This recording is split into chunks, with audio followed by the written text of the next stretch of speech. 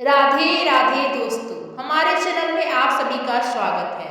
Friends, चलिए हम जानते हैं कि शीतला अष्टमी कब है। जाने शुभ मुहूर्त और पूजा विधि। चलिए फ्रेंड्स, वीडियो शुरू करते हैं। आप सभी जानते हैं कि हिंदू धर्म में शीतला अष्टमी का विशेष महत्व माना जाता है। पंचांग के अनुसार हर वर्ष चैत्र मास की कृष्ण पक्ष की अष्टमी तिथि को शीतला अष्टमी का व्रत रखा जाता है। सामान्यतः यह पर्व होली के 8 दिन पश्चात आता है, लेकिन कुछ लोग होली के बाद आने वाले पहले सोमवार या शुक्रवार को मनाते हैं। इस पर्व को कई स्थानों पर बसौड़ा भी कहा जाता है। इस दिन माता शीतला की विधि विधान से पूजा की जाती है और उन्हें बासी भोजन का भोग लगाया जाता है। यही कारण है कि इस व्रत की तैयारी सप्तमी तिथि से ही शुरू हो जाती है, जब भोजन बनाकर अगले दिन माता को अर्पित किया जाता है। धार्मिक मान्यताओं के अनुसार जो भक्त श्रद्धा और नियम के साथ शीतला अष्टमी का व्रत रखते हैं और पूजा करते हैं, उन्हें जीवन के दुख दर्द और रोगों से मुक्ति मिलती है। साथ ही संतान सुख और परिवार की सुख समृद्धि की भी प्राप्ति होती है। तो आइए दोस्तों, जानते हैं शीतला अष्टमी का कब है और शुभ मुहूर्त, पूजा विधि। चलिए जानते हैं दोस्तों। पंचांग के अनुसार फाल्गुन मास की कृष्ण पक्ष अष्टमी तिथि 11 मार्च 2026 को 1:54 से शुरू होगी और 12 मार्च को 4:19 संध्या को समाप्त हो जाएगी। ऐसे में शीतला अष्टमी 11 मार्च को मनाई जाएगी। तो चलिए दोस्तों, आगे हम जानते हैं शीतला माता की पूजा विधि। फ्रेंड्स, सबसे पहले पूजा की एक थाली तैयार करें। इस थाली में दही, पुआ, रोटी, बाजरा, सप्तमी के दिन बने मीठे चावल, नमक पारे और मीठे रखे। दूसरी थाली में आटे से बना दीपक, रोली, वस्त्र, अक्षत, हल्दी, मोली, होली में बनने वाले बलपूड़े की माला, सिक्के और मेहंदी रखें। दोनों थालियों के साथ एक लोटे में ठंडा पानी भी रखें। अब शीतला माता की पूजा करें और आटे के दीपक को बिना जलाए मंदिर में रख दें। माता को सभी वस्तुएं अर्पित करने के बाद स्वयं तथा घर के सभी सदस्यों को हल्दी का टीका लगाएं। इसके बाद हाथ जोड़कर माता से प्रार्थना करें और कहें, हे माता, मान लेना और सिल्ली ठंडी रहना। घर में पूजा करने के बाद मंदिर में जाकर पूजा करें। मंदिर में सबसे पहले माता को जल अर्पित करें, फिर रोली और हल्दी का टीका लगाएं। इसके बाद मेहंदी, मोली और वस्त्र अर्पित करें। बलपूड़े की माला यानी कि जो गोबर का चिपरी होता है, वे माला बनाया जाता है और आटे का दीपक बिना जलाए ही चढ़ाएं। अंत में पुनः जल अर्पित करें और थोड़ा जल अपने पास बचाकर रखें। इस जल को घर के सभी सदस्य अपनी आंखों पर लगाएं और थोड़ा सा जल घर के हर कोने में छिड़कें। इसके बाद उस स्थान पर जाएं जहां होलिका दहन हुआ था, वहां भी थोड़ा जल अर्पित करें और पूजन सामग्री चढ़ाकर पूजा करें। घर लौटने के बाद जहां पानी रखा जाता है, उस स्थान पर भी पूजा करें। यदि पूजन सामग्री बच जाए तो उसे गाय को खिला दें या किसी ब्राह्मण को दान दें।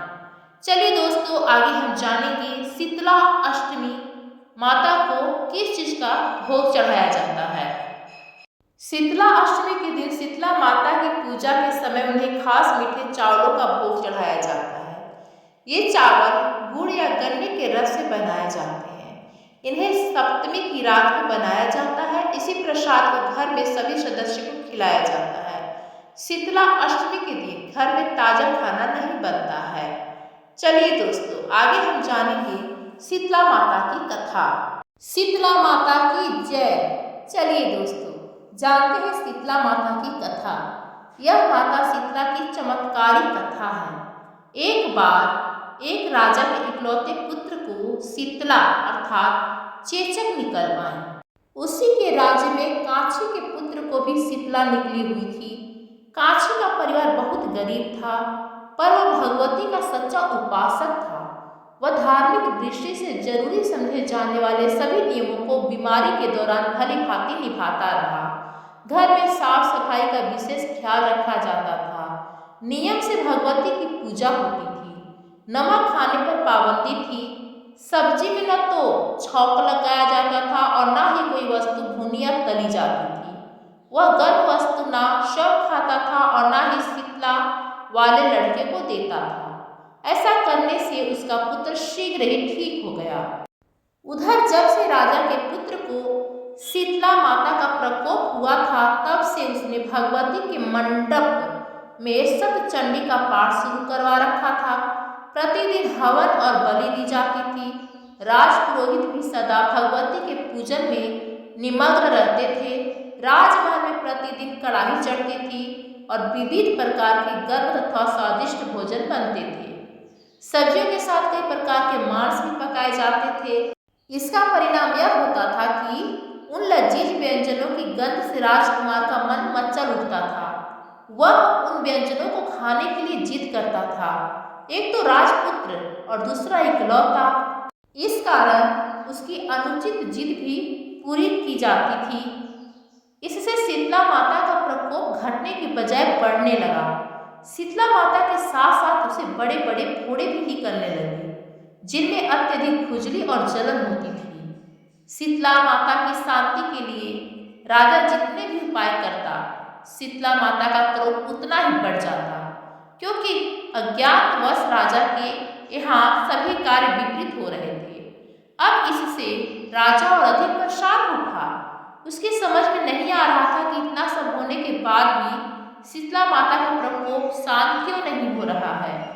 एक दिन राजा के गुप्तचरों ने उसे बताया कि काशी के पुत्र को भी शीतला माता निकली थी, परंतु वह बिल्कुल ठीक हो गया है।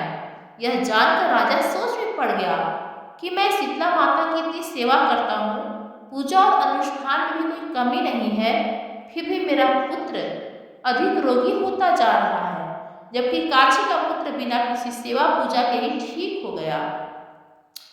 इसी सोच विचार में उसे रात भर नींद नहीं आई। तभी श्वेत वस्त्रधारिणी भगवती ने उसे स्वप्न में दर्शन देकर कहा, हे राजा, मैं तुम्हारी सेवा अर्चना से प्रसन्न हूँ, इसलिए आज भी तुम्हारा पुत्र जीवित है। इसके ठीक न होने का कारण यह है कि तुमने शीतला माता के समय पालन करने योग्य नियमों का उल्लंघन किया है। तुमने ऐसी अवस्था में नमक का प्रयोग बंद कर देना चाहिए, क्योंकि नमक से रोगी के फोड़ों में खुजली होती है।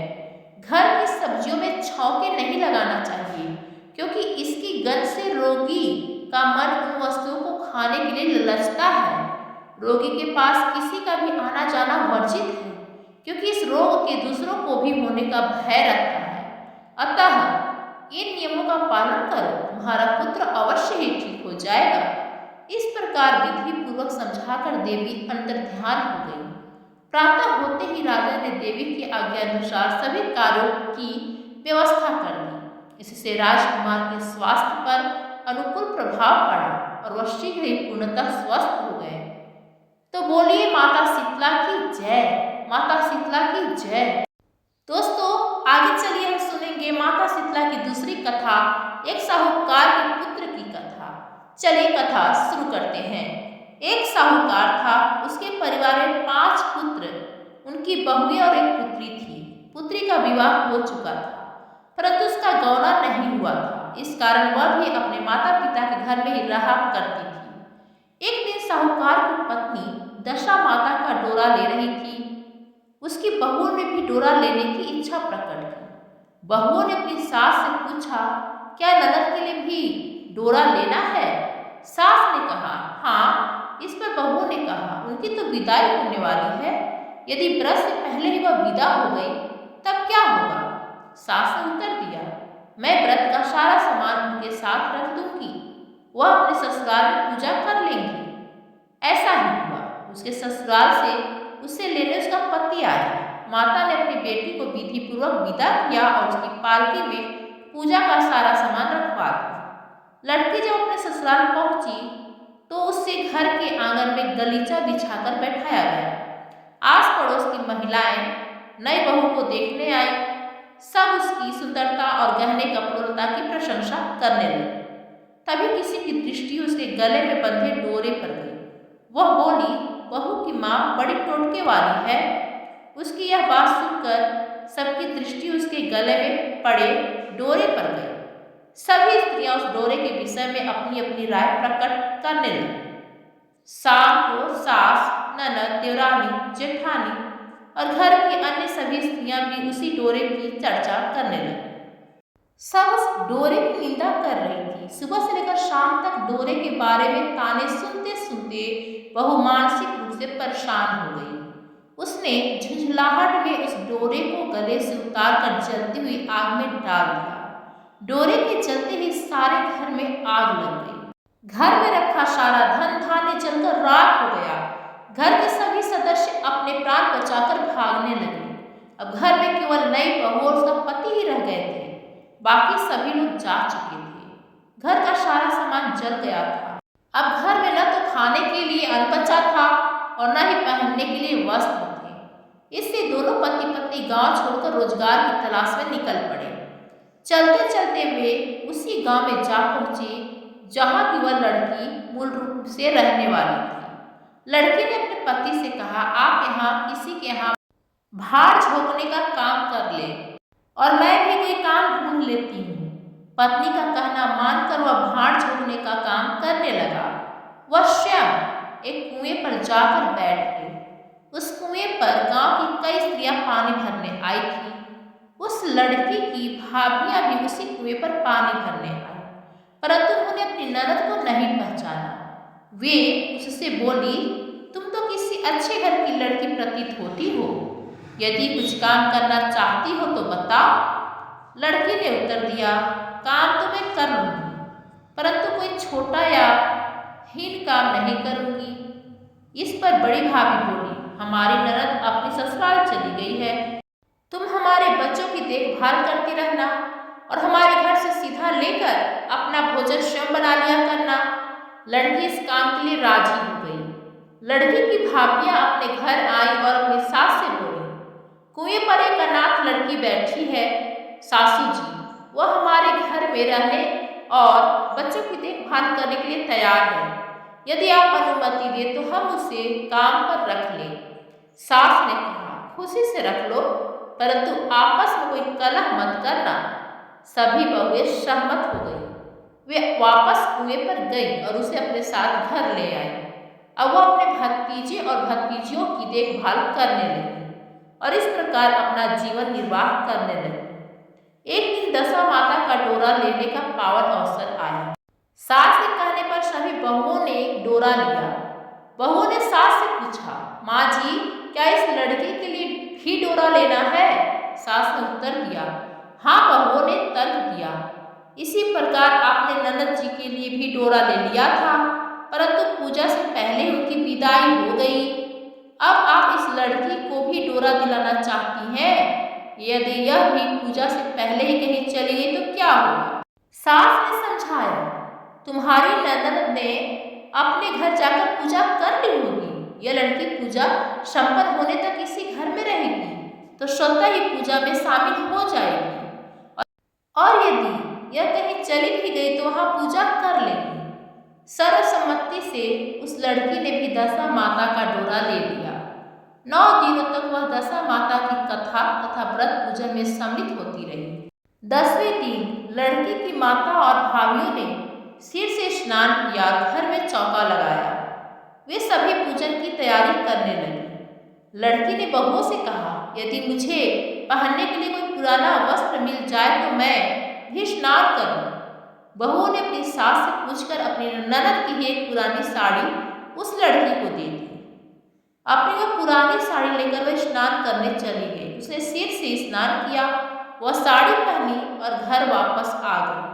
घर पर पूजा आरंभ हो चुकी थी।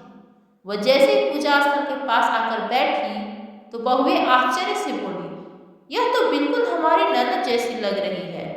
इस पर सास ने नाराज होकर कहा, तुम्हारे मन में जो आता है तुम लोग बोल देती हो। क्या पूजा के समय भी तुम चुपचाप नहीं बैठ सकती? शांत रहो और मुझे कथा पूरी करने दो। तुम्हारी बातों से कथा में विघन पड़ता है। बहुएं चुप हो गई। इसके बाद घर की सभी स्त्रियों ने पारण किया। उस लड़की ने भी पारण किया। तत्पश्चात स्त्रियां एक दूसरे के बाल गूंथने लगी। एक बहू ने उस लड़की के बाल गुथना शुरू किया। वह सहसा बोल उठी, जैसी गुथावट इसके बालों में है, ठीक वैसी ही गुथावट हमारी ननद के बालों में भी होती थी। सास ने पुनः नाराज होकर कहा, तुम मेरी बेटी की तुलना इस लड़की से क्यों कर रही हो? सास ने बहू को तो डांट दिया, परंतु यह बात उनके मन में घर कर गई। रात होने पर उन्होंने लड़की से कहा, आज रात तुम मेरे पास ही सोना। रात को जब सभी बहुएं सो गई, तब सास ने उस लड़की से पूछा, क्या तुम्हारे पीहर में कभी कोई था? लड़की ने उत्तर दिया, जी हाँ, मेरे 5 भाई और भाभियां थी, बिल्कुल आपके जैसे ही मेरे माता पिता थे। सास ने आतुरता से फिर पूछा, तो फिर क्या हुआ? लड़की बोली, पीहर में मैंने दशा माता का डोरा लिया था। उनके पूजन से पूर्व ही मैं ससुराल के लिए विदा हो गई थी। ससुराल पहुंचने पर मेरे गले में बंधे उस डोरे को देखकर वहां की स्त्रियां मेरा हंसी मजाक उड़ाने लगी। इससे क्षुब्ध होकर मैंने उस डोरे को उतारकर आग में डाल दिया, परंतु उस डोरे के जलते ही सारा घर भी जलकर भस्म हो गया। घर के सभी लोग जान बचाकर भाग गए और हम भी वहां से भागकर इस गांव में आ गए। यह सुनकर उसकी मां ने पूछा, तुम्हारा पति अब कहाँ है? लड़की ने रुंधे गले से कहा, वे यहाँ एक फणभुंजे के पास भाड़ झोंकने का काम करते हैं। दशा माता के प्रकोप से ही हमारी आज ये दुर्दशा हो गई है। प्रिय भक्तों, अब वह मां पूर्णतः समझ गई कि यह लड़की कोई और नहीं बल्कि उनकी अपनी ही बेटी है। तब उन्होंने तुरंत अपने 5 बेटों को बुलाकर कहा, यह तुम्हारी छोटी बहन ही है। सवेरा होते ही माता के आदेशानुसार 5 भाई फड़भुंजे के यहाँ गए और अपने बहनोई को ससम्मान घर ले आए। उन्होंने उन्हें स्नान कराया और पहनने के लिए उत्तम वस्त्र दिए। वे नए वस्त्र धारण कर वह पुनः एक सुंदर साहूकार के समान प्रतीत होने लगा। वह कई दिनों तक अपनी ससुराल में ही रहा। तत्पश्चात वह विदा लेकर अपने घर लौट गया। अपने घर पहुंचकर उसने देखा कि वहां सब कुछ ठीक हो गया है और सभी लोग पहले की भांति ही सुखपूर्वक रह रहे हैं। उसके कुछ समय बाद वह पुनः अपनी ससुराल आया और अपनी पत्नी को विदा कराकर अपने घर ले जाने लगा। मार्ग में जाते समय वह लड़की अपनी पिछली दशा पर विचार कर रही थी। रास्ते में एक नदी पड़ी। उस नदी में स्नान करने के पश्चात कुछ अप्सराएं दशा माता का डोरा ले रही थी।